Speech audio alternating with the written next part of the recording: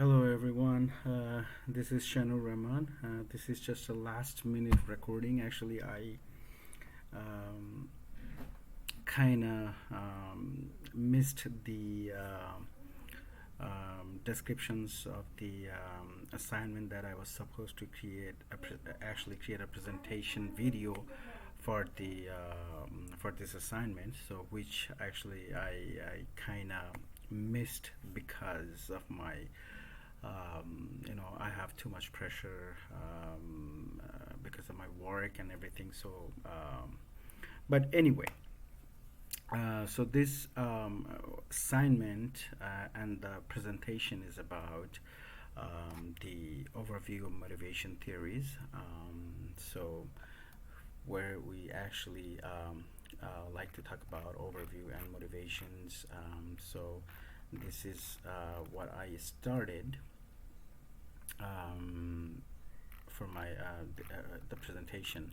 Actually, my assignment. So, which is for the introduction, where I talked about how it is, the competitive. The business environment is nowadays, and where as you can see, I wrote that a company's efficiency and innovation potential are critical to its survival and success. And therefore, every single employee in the organization is an essential source of innovation. So here, that's that's how I open my um, um, uh, assignment, where I'm saying that the people are the most important source of an organization, and so we just need to make sure that this we can properly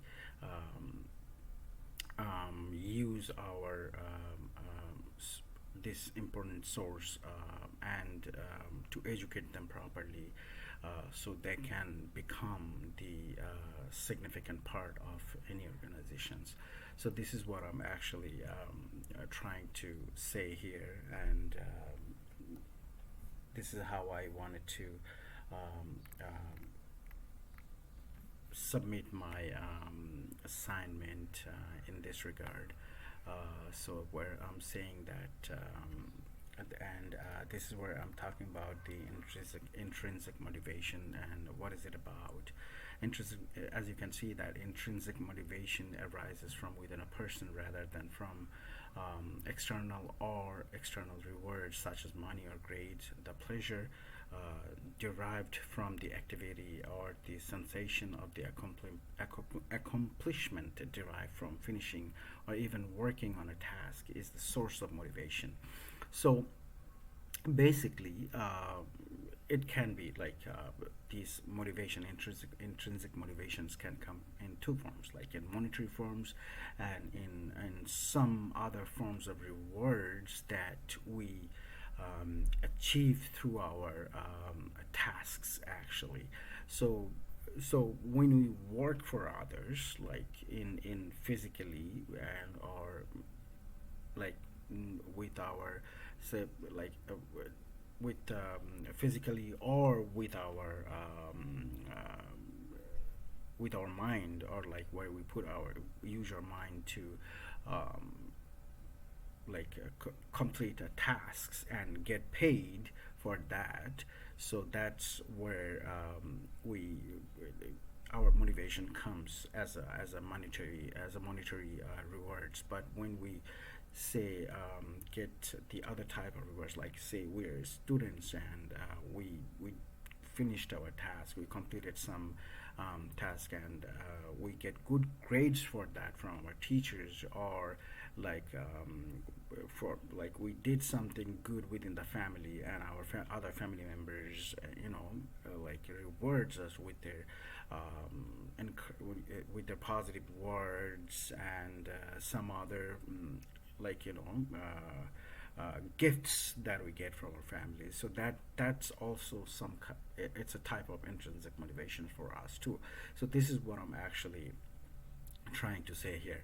And then I talked about the extrinsic motivation. So extrinsic motivation is when a person's inspiration comes from outside of themselves, which is external benefits such as cash, or exam scores, or are motivational factors. So here is also um, our as you can see that like um, we when we work for others and get monetary benefits, and also the profits or benefits from outside as cash, or different types of test scores that we do, and then it also counts as the motivational factors, which is extrinsic motivational factors. So these incentives bring fulfillment, enjoyment that the task would not provide. So it's basically when we do the task, it it just we do the task. It actually uh, when we do the task, we're not getting actually any kind of satisfaction unless upon completion of our task, somebody rewards us and we get some sort of incentives because we finished the task properly, and we finish the task actually. So extrinsically motivated people will be working on an activity even if they're uninterested in it, because they anticipate receiving fulfillment from a reward. So that's, say for an example, like as an office worker, I'm working on a project. Even though I don't like the project, but I'm working on the project because I know that upon completion of the project, at the end of the project, we will all be rewarded in some sort of, and that actually kind of motivates me to do complete the job.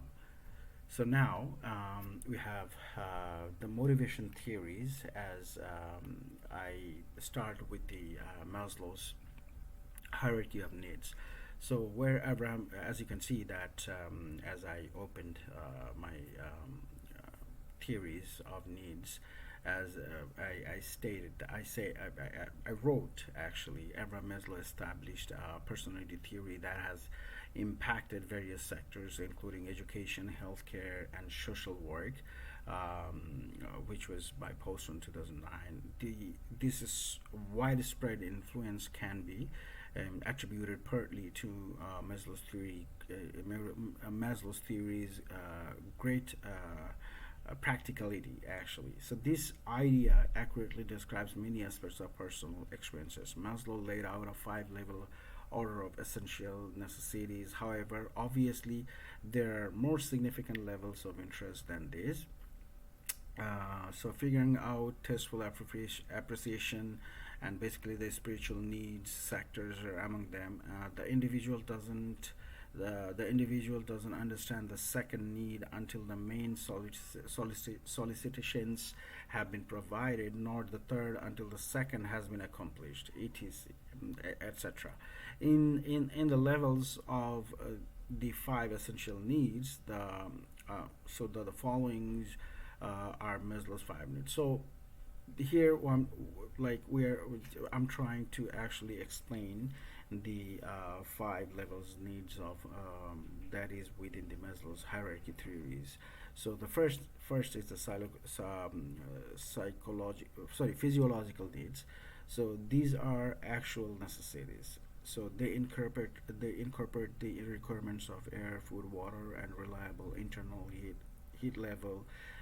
So the physiological needs are basically our significant critical needs for our day-to-day lives, which is like our food, our shelter, our water, our air, our the place that we live. So these, these are the things that our regular needs. So they are most impressive requirements on the grounds that, assuming an individual were to be without all necessities, the psychological necessities would be, sorry, the physiological necessities would be would go before their quest of satisfaction. So our the needs, the physiological needs, the daily needs, actually here, what I'm is Maslow is trying to say that our physiological needs would go before um, any other quest for satisfaction, any other types of satisfaction. So we need to fulfill our basic needs first, and then the second one comes the safety needs. So at the point, so this is where I'm talking about the safety needs. At the point when all physiological prerequisites have been made, so this is where like our shelter, our food, our air, our sleeping, our everything is actually the prerequisite needs have been made. So then they never and we do not actually so then we actually have the needs for security actually. So this is where after all of those physiological needs we feel the needs for safety. So this is where never again ad says they never again control contemplations and ways of behaving, and the requirement for security can become dynamic. Yes, so this level is more likely to be prevalent in youngsters as they need to feel safe, particularly children with impairments. So yes, so the people like especially the children with both physical and mental um, and disabilities. So this is where we those actually they require more of the safety, more like from everything. So even after meeting our basic needs, we need to have the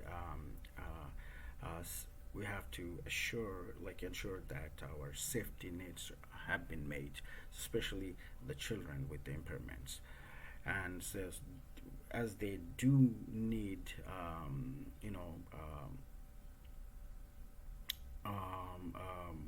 more taking cares, taking care of more taking cares and help with the things that they need to do on a regular basis. And then here comes the third needs, which are needs of love, affection, and belongingness. So the following, as I say, the following arrangements of conditions for adoration, love, and belongingness could arise on the off chance that the necessities for security and physiological prosperity have been met. Individuals need to get away from sensations of dejections and distance, and indicated by Maslow. So,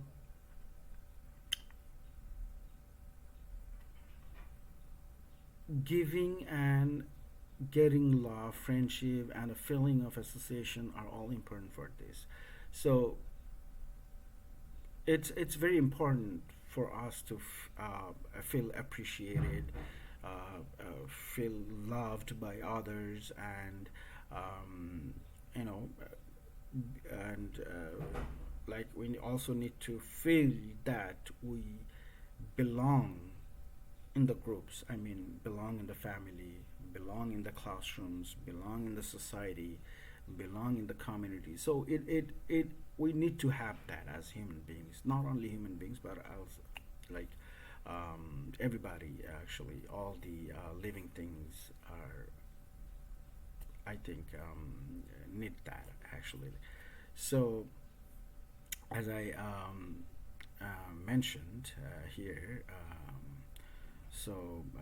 Maslow that individuals have an essential requirements for, as Maslow mentioned, that individuals have an essential requirement for a secure attachment and acceptability among social gatherings, paying little heed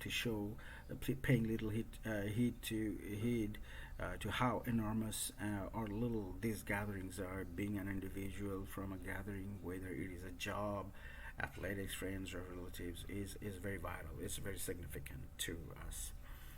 And fourth one, uh,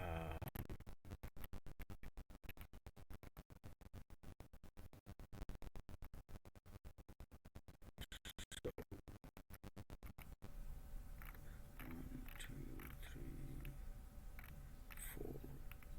So fourth one is our needs for esteem. So at this point, when the initial three source of needs are met, the requirements for regard can become the overwhelming focus. These incorporate prerequisites for both confidence and the regard got from others. So here, like when all those three needs have been made, and this is what we need actually um, to so somebody we need the both like we need the confidence, and we need the appreciation that from others to boost our self-esteem.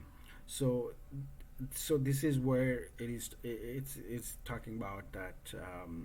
I'm talking about the actually needs of esteem. So this is so the interest for sense of pride is the higher variant of regard, which could incorporate longing for strength, capability, authority, fearless, independence, and opportunity. So that's by Deckers, 2018. So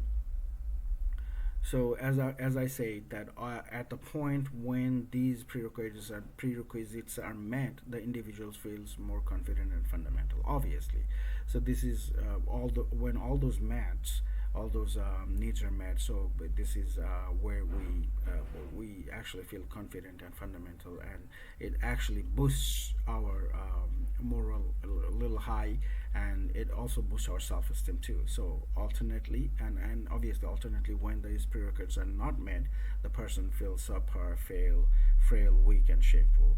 So it's the vice versa actually. And then our needs for self-actualization, the fifth one, but I was actually so the self-actualization is solely after the first requirements have been all met, and are the self-realization. So self-actualization is kind of it's when you realize about your own self. So that needs to be set off.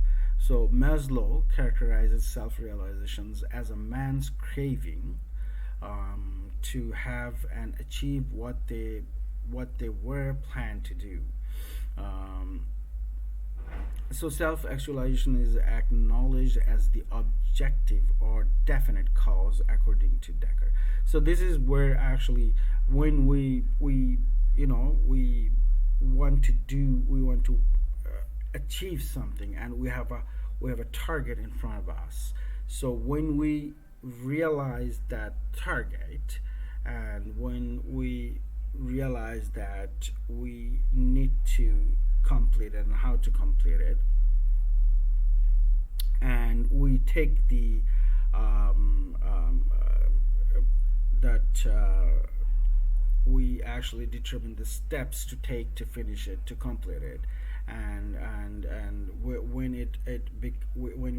it becomes like we realize the strategy that we need to finish the job, and so it's our self realization, self actualizations. So to finish something that with proper methods, with proper strategy. So excuse me.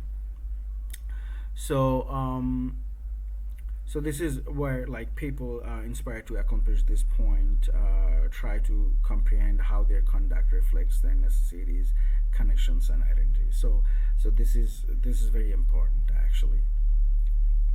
So here are some examples of self-actualization demands include finding a partner, parenting, making use of and honing one's skills and abilities, setting and achieving objectives. And so now talk about Aldarfer's ERG theory. So, as we know, Clayton Aldarfer introduced the ERG theory, which like Maslow's theories, also describes the human needs to solve some of Maslow's hierarchies and adequacies as a theory of motivation. But the latter's actually ERG represent three needs levels, which is existence, interconnectedness, and development. So the continuation of needs incorporates physiological and the requirements for safety, like craving and thirst, and in light of Maslow's initial two needs. So we have elder first ERG theory, social and outer esteem, support with family members, companions, associates, and directors compares to Maslow's third and fourth degrees of relatedness needs. So these are actually it's a social and outer esteem. These are actually kind of compared to Maslow's both third and fourth levels needs, and so if we go back to Maslow's theory again, needs hierarchy needs. So according to Maslow's fourth and fifth levels, stages of the hierarchy needs, where internal esteem and self-actualizations are considered actually as growth needs, which are to be innovative, successful, and perform essential functions as growth needs. And now, Herzberg's two-factory theory. So the as I wrote here, as I tried to describe here, which is Herzberg's two-factor theory. So the hygienic requirements and the motivational requirements are the two categories of needs by Herzberg. So obviously, when you have low hygiene elements, and like you are in a low hygienic environment, trying to achieve something, obviously the environment have like psychological effects on you. So maybe, and then it actually lowers your performance. So this is what I'm trying to say actually. So this is why I said low hygienic elements might take away from inspirations. However, fixing them will not by and large lift the group inspirations. So inspiration components are expected now withstanding hygiene angles to motivate people. So which is true. It's like when you have better hygienic environment, and when you work within a better hygienic environment, you obviously it obviously increases the performance, and it also motivates the people. So obviously, when you have a better hygienic working conditions, obviously, and positive relations, good relationships with your coworkers, and the regulations and the procedures of the company or the organization that you work for, everything is positive. So it's these are actually all influenced by the hygienic factors, you know. So achievements, recognition, responsibility, the job, and the personal improvements are all motivational factors. So yes, like when you achieve something and you are being recognized for completing your task on time, properly, and being rewarded for that. So it's all works as motivational factors. So improved motivational factors lead to higher job satisfactions, as we all know that we already discussed in our discussions about this, and whereas also improved hygiene elements lead to lower job dissatisfaction. That is also true. So now I have here Macklin's acquired needs theory. So as per Macklin, as I said, we as a whole have three motivating elements: paying little heed to orientation or age. Our conduct will be overwhelmed by one of these desires. Our life experiences influence our primary motivation. So the following are three motivations. So the motivators actually. So these are according to the McClellan's coordinates theory. So the first one is achievement. So yeah, the longing to follow through with jobs and show one's abilities. Individual who have solid aspirations to succeed favorite tasks that permit them to assume individual liability and produce results in view of their endeavors. So they additionally like prompt criticisms on their turn of events. So yeah, this is, as I'm saying that, it's we all, have the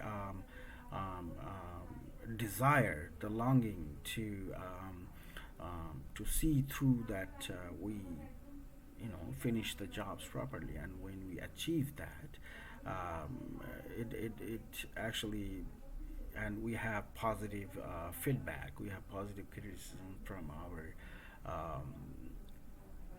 surrounded colleagues, or our supervisors, or whatever, so it actually gives us that sense that we could achieve, and it actually, you know it's better for everyone. And the second one is affiliation. So affiliation is, which is also a craving for affection, acceptance, and belonging. So obviously we require attention from our co-workers, our family members, our maybe in the classrooms, from our peers, and we need to feel that we also belong, and also need to feel that we are accepted by our peers and co-workers, our family members, and so that's also actually works as motivational factor. So being preferred and acknowledged by others as sparse individuals with a solid need for collaboration. Accordingly, they are bound to go to social functions and might be careful about the struggle. And then the third one is power. The power is the craving to apply command over one's and alternately others' work. So individuals with a deep hunger of power look for settings where they can practice control and authority over others. So they look for places of status and management, and their influence level is a higher priority than great work execution. So this is like, we have those individuals amongst us who actually crave to take the command, and take the control and authority over others. They actually,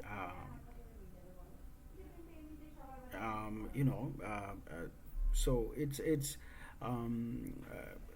so most of the leaders, actually, these are the, I would say, basic attributes for the leaders.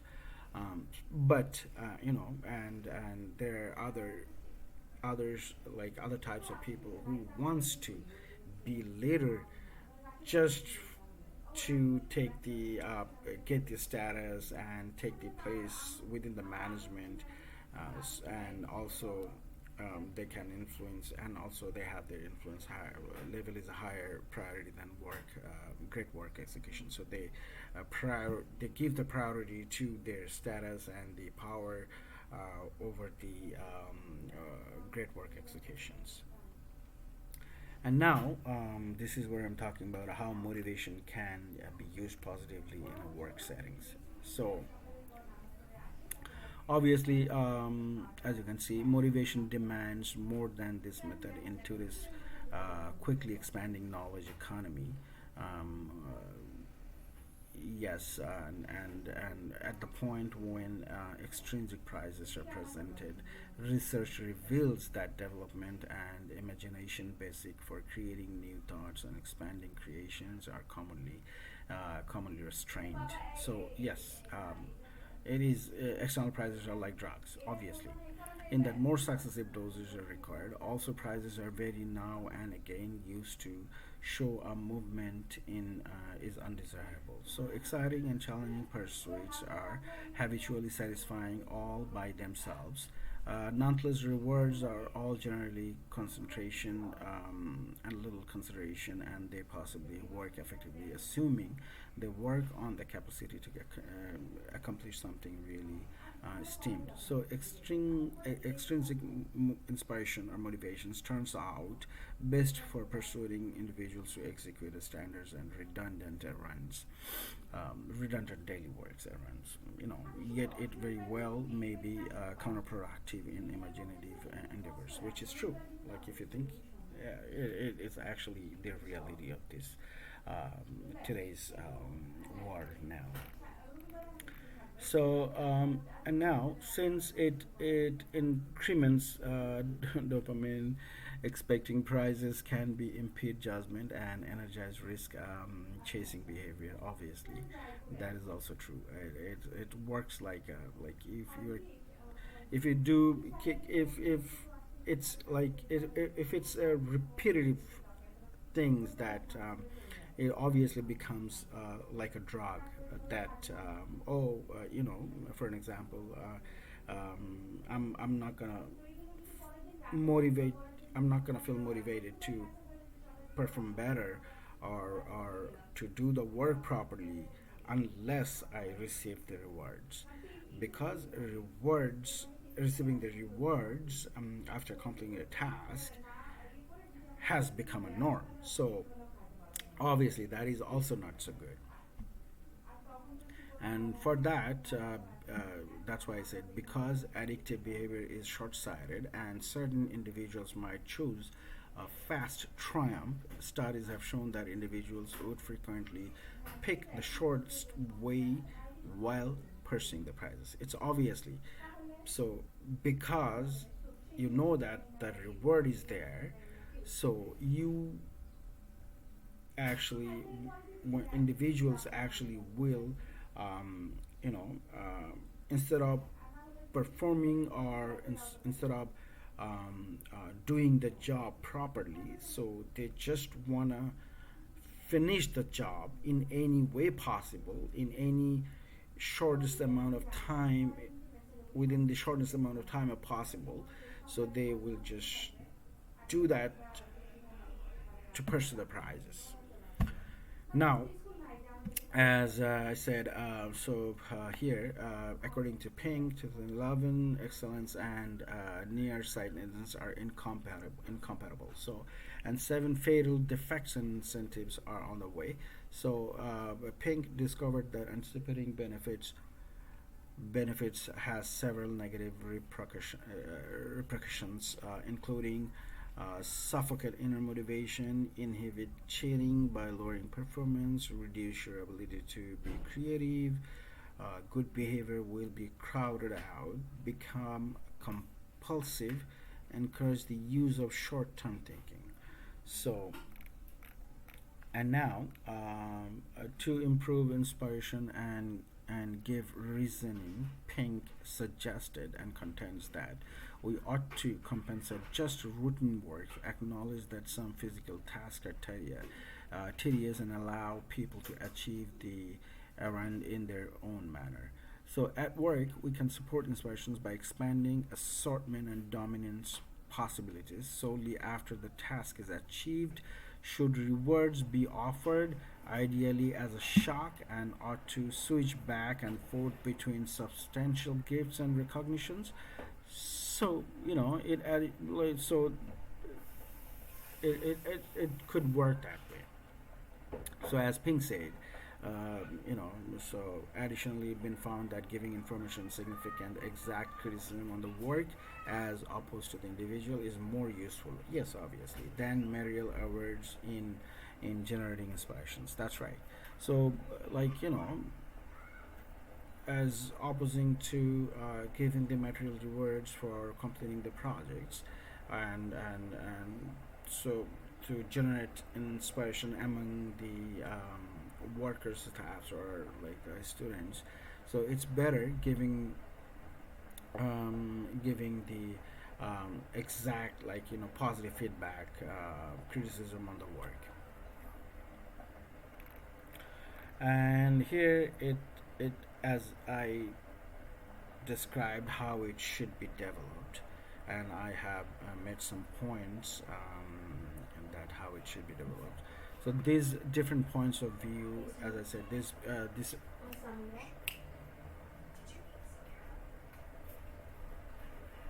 these different points of view have a few repercussions for motivating employees. They're very contingent upon the leadership's view on inspiration and the way things are conveyed and coordinated into techniques, guidelines, and cultures. And the second point, the efficacy of these strategies is additionally influenced by whether individual inspiration inclinations are considered. Regardless, unique inspiration hypothesis or uh, inspirational thesis or theories could assist us with uh, zeroing in or the focusing on areas of business management that should be tended to. And also the third point, as Hardberg's two-factor hypothesis theories, managers should work on inspirational and clean elements for the most joyful and most useful staffs. And also, as per the notion to inspire workers, to encourage workers, the organization should ensure that everybody feels esteemed and upheld, that they get sufficient, exact, and accommodating the criticism, and that they get it and trust their capacity to develop and advance expertly.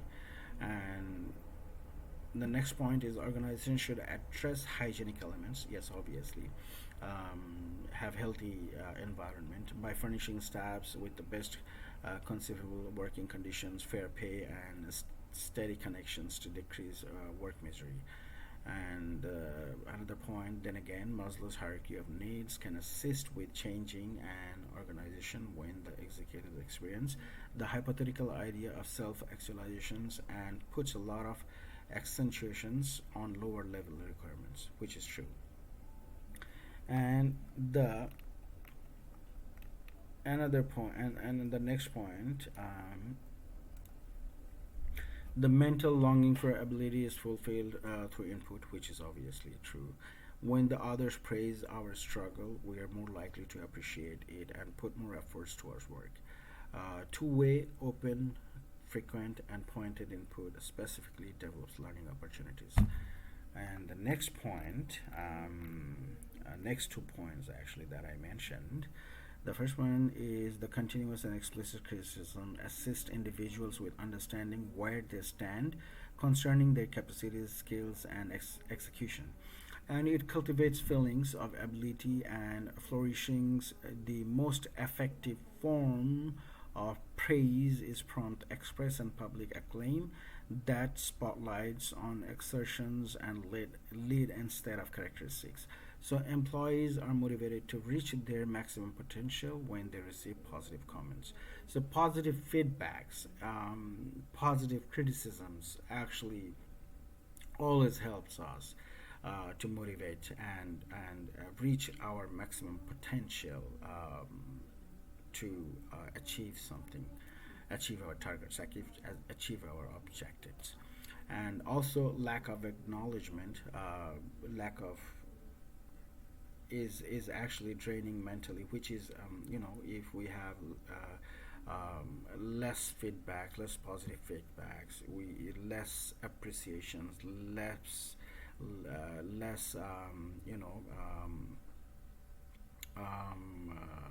affiliations. So all those things actually, lack of acknowledgement, which and the surveys, most of the surveys suggest that acknowledgement benefits physically by lowering stress levels, which is true. If we being acknowledged positively by our coworkers, by our family members, by our communities, by it actually helps physically. So it actually brings our stress levels down. And now peer-to-peer recognition, in addition to being recognized by their boss, has improved employee satisfactions and giving top performers extra responsibilities rather than time off, and rewarding the entire team around them has a beneficial influence, obviously. Other methods of work inspirations incorporate those that underline the need of establishing positive workplaces and those that focus on significance. And now I would build motivation at my workplace specifically. So this is where I described about that. I opened the statements with Adam Grant's research that highlighted the importance of distant future objectives that benefits others, and how utilizing importance to move workers who are probably not going to progress up the company pecking order can make the work more significant by extending perspectives. Making a positive, optimistic workplace. Obviously, you have to have a better environment, workplace, better working environments. So which can actually likewise assist to boost the motivation of employees, and can be achieved by doing the following. So encourage collaboration and exchange of ideas, giving people the tools and knowledge they need to succeed, confronting and resolving conflicts as it arises, and when it's appropriate, allow staff to work autonomously, and also assisting employees in setting professional goals and objectives compatible with their self-esteem. And also you can clearly see that cause and effect link by setting an objective and its benefits. When employees achieve significant landmarks, they should be congratulated, and celebrating individuals and team achievements while bypassing contrasting one employee's efforts to those of others, and offering a profit sharing scheme as an incentive, as well as group goal settings and collaborations, and also obtaining feedback from employees through frequent satisfaction surveys, and also like using curiosity to motivate employees, and establishing an environment that encourages them to learn more. So these are all the significant points to remember, that motivation is personal, and the success attained through one technique will not necessarily be the most crucial factor driving all employees. So one, doesn't fit for all. So everybody is unique, and everybody has different ways of getting motivated, and that's all you need to remember. And thank you very much, and that's actually concludes my presentation of my overview of motivation theories. Thank you.